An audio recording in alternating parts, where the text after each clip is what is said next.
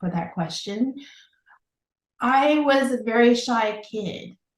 I was not shy before, and I was always the storyteller back in Hong Kong. So my father used to tell me these stories about the Monkey King or some fairy tales in the night, and then I would go to bed. And the next day, I would go to school, and we had something called chapel in school before the school started, and everybody had to listen to a sermon. But instead of listening to the sermon, they would listen to me tell them what my father the stories that my father told me, recount it to them instead of the sermon that we were at chapel. So I always knew that I was a storyteller and able to connect and communicate with people, but I forgot all of that when I came to the US.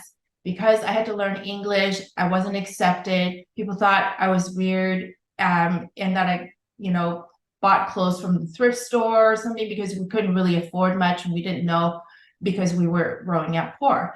And so as a result of all of that, I learned how to, build something for myself. But I was introverted because I was very shy at communicating. I didn't feel like I belonged. And so most of my communication came in the form of writing. I love to read and write.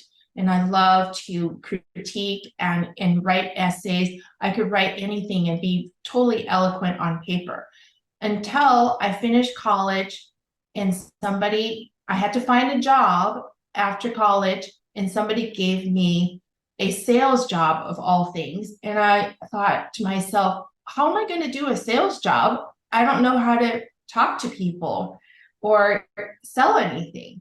And so I was back in the day where, we were not really given any scripts. I was selling for non-carbon required NCR paper.